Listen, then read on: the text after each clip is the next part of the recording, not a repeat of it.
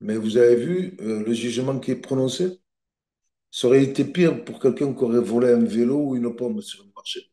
J'ai vu la même juge, il y a de ça, c'était en septembre, le 21 septembre précisément, condamner un jeune SDF à 1 an de prison parce qu'il aurait volé une barre en cuivre.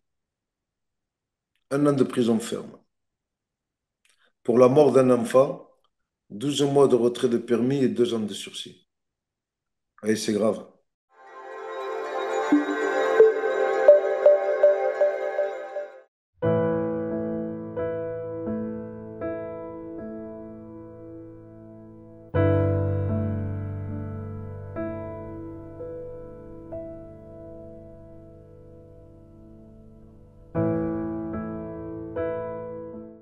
Bonjour Hakim Metlas. Vous êtes le père du petit Yanis, 8 ans, mortellement fauché par une conductrice sur un passage piéton dans le sud de la France en février de cette année.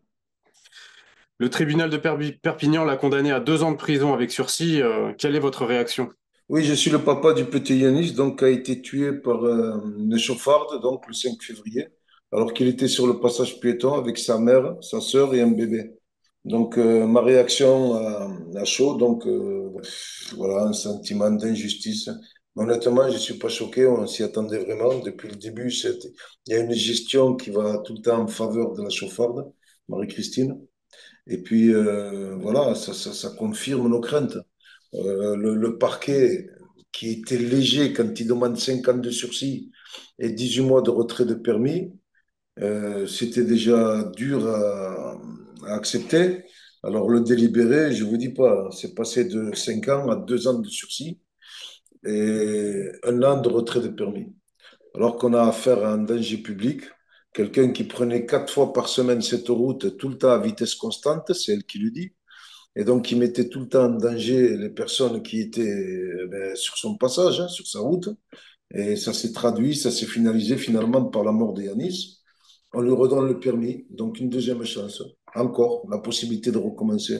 Ensuite, il y a tous les mensonges depuis le début qui, euh, qui font honte justement à cette enquête et surtout au délibéré final. Penser que le juge resterait neutre et qu'il y aurait une position de neutralité, donc d'impartialité, puis on se rend compte que même le juge a choisi son camp. C'est malheureux de faire ce constat.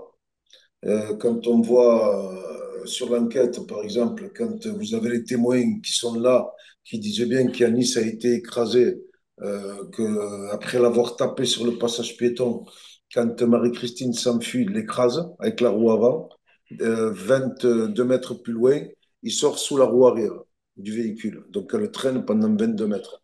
Eh bien, hier, ils se sont contentés de dire qu'elle ne pouvait pas s'en rendre compte. Donc c'était juste un peu de négligence. Quand Yanis est sur le passage piéton avec sa mère, qui lui est totalement, complètement prioritaire, eh bien, j'ai entendu le juge qui disait qu'elle ne pouvait pas freiner puisque Yanis subitement sortait. Alors qu'il y a un groupe de personnes sur le passage piéton, je ne sais pas, mais c'est quand même l'ABC du code de la route. On s'arrête avant. Donc voilà, tout a été minimisé, mais avec c'est horrible ce qu'on a entendu hier. Et ensuite, estimer que finalement c'était elle la victime, quelque part, et qu'il fallait arrêter d'en faire une coupable. Alors je ne sais pas si c'est du déjà vu, eh bien je crois que voilà, c'est toute la crainte qu'on avait, finalement elle s'est matérialisée hier par ce verdict qui est tout simplement injuste, injuste, incompréhensible. Donc j'espère que le ministère fera appel de cette décision, puisque nous, victimes et donc partie civile, ne pouvons même pas faire appel. Donc on est vraiment piégé, pris au coup. Donc voilà. Ils reconnaissent quand même sa culpabilité puisqu'elle est jugée. Mais vous avez vu le jugement qui est prononcé? Ça aurait été pire pour quelqu'un qui aurait volé un vélo ou une pomme sur le marché. Là, elle a tué Yanis, un enfant de 8 ans sur un passage piéton. Et puis, c'est pas si grave que ça, d'après eux. Elle Il a n'y a pas de prétendu être éblouie par le conséquences graves. soleil. Oui. Elle a prétendu être éblouie par le soleil au passage piéton. Alors ça a été démontré que c'est complètement faux, dans la mesure où elle-même, quand elle dépose, elle dit qu'elle a vu quelqu'un de petite taille de venir de la gauche vers la droite. Elle dit l'avoir tapé, donc elle dit qu'elle n'a pas pu réagir, qu'il était déjà contre le pare-brise. Quand elle téléphone à la gendarmerie, donc à son fils, qui est gendarme, elle dit qu'elle vient de tamponner un petit garçon. Et ensuite, plus tard, sur les autres dépositions, elle se rétractera et elle changera de version. Eh bien, toute cette partie-là, hier, elle a été volontairement effacée, balayée. Ils ont fait en sorte de ne pas en parler du tout. L'enquêteur, qui est le brigadier, donc qui était en charge de l'enquête, écrit tout simplement, noir sur blanc, que Marie-Christine a forcé le passage. Là aussi, ça a été volontairement ignoré. Donc, bon, faut savoir que le soleil, il existe, il est là, mais c'est sûrement pas lui qui tenait le volant de la voiture. Quand bien même, quand bien même, quand elle le tape sur le passage piéton, elle aurait dû faire un arrêt d'urgence. Elle ne l'a pas fait. Elle a pris la fuite. Pour ce faire, elle a écrasé Yanis, qui était par terre, blessé. Donc, tout ça a Le été tribunal enlevé. déclare que le délit de fuite n'a pas été reconnu. Non, non, c'est que depuis hier, depuis La le début. négligence non plus. Avant ça, avant ça, le procureur l'a reconnu, le ministère l'a reconnu, puisque elle disait qu'elle ne pouvait pas se garer, des véhicules l'empêchaient de se garer. Donc le procureur, le 28 septembre, lors de l'audience, démontre qu'elle ment, aucune voiture, puisqu'il y a des caméras, et ensuite, elle part sur 600 mètres et elle rentre dans un petit chemin. Et là, elle appelle la gendarmerie en disant qu'elle vient de taper un petit garçon. Donc 600 mètres plus loin.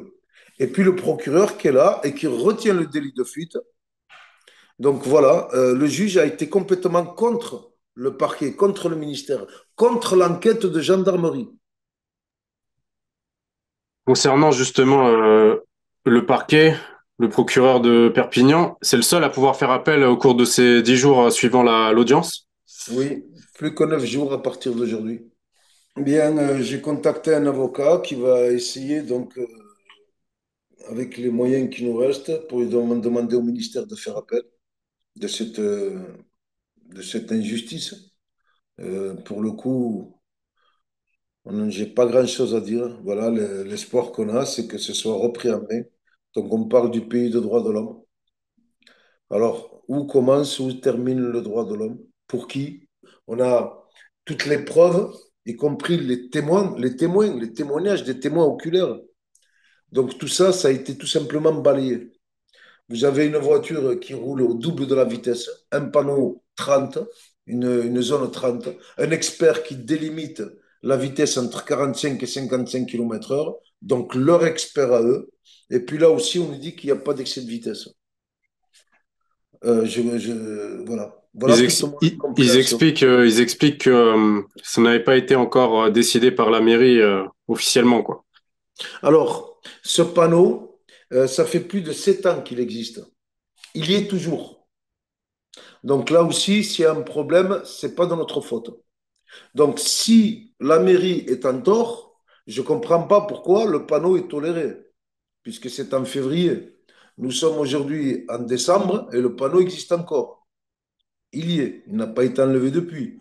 Donc, vous, piétons, quand vous traversez, on vous dit, vous pouvez traverser là, c'est une zone 30. Et puis, bizarrement, on vous dit oui, mais non, mais oui, mais non. Le panneau existe, le ralentisseur existe, le dodan existe, le passage piéton existe. On n'arrive pas au double de la vitesse qui est écrit sur le panneau. Surtout qu'on en est au troisième ou au quatrième panneau avant d'arriver à celui-ci. Donc il y a plusieurs signalisations qui disent qu'il faut ralentir.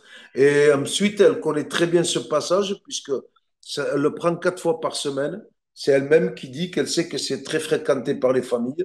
Quand on lui dit à quelle vitesse vous rouliez, oh, je pense que je devais rouler à 30 puisque c'est indiqué 30. Voilà les questions et réponses de Marie-Christine quand elle doit répondre à ces questions. Finalement, c'est déterminé donc par le choc et par expertise qu'elle est au double de la vitesse. Voilà aussi une résultante. Ensuite, il ne faut pas se leurrer.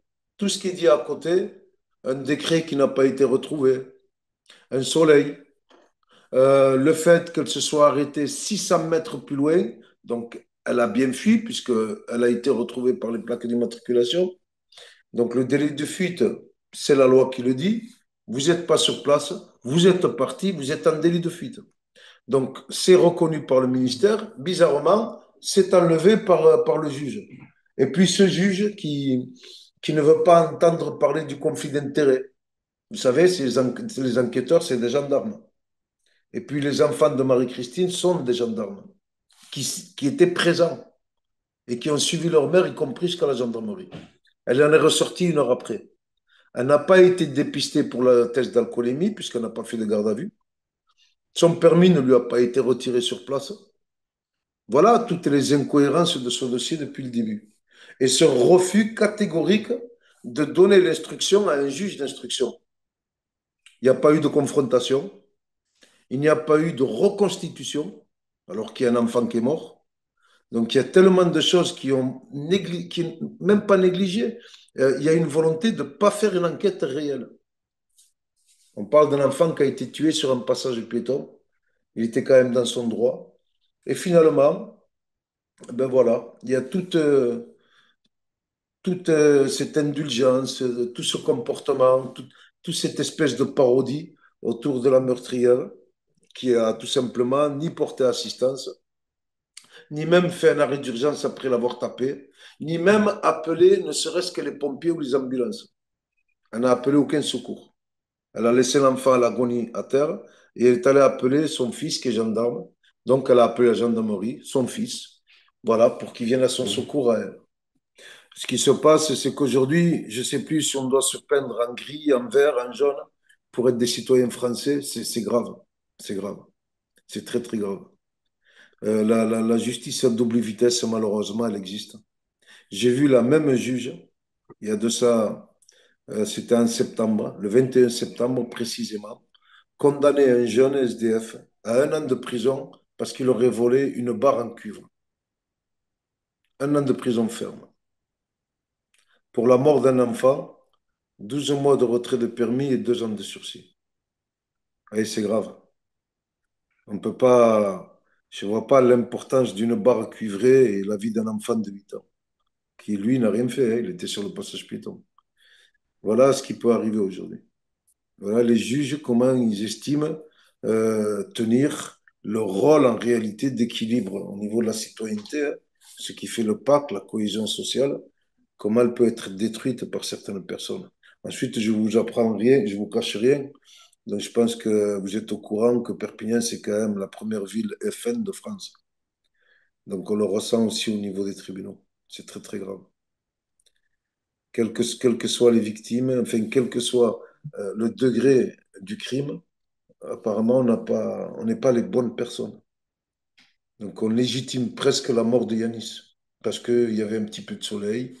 Et puis voilà, ça suffit largement comme explication.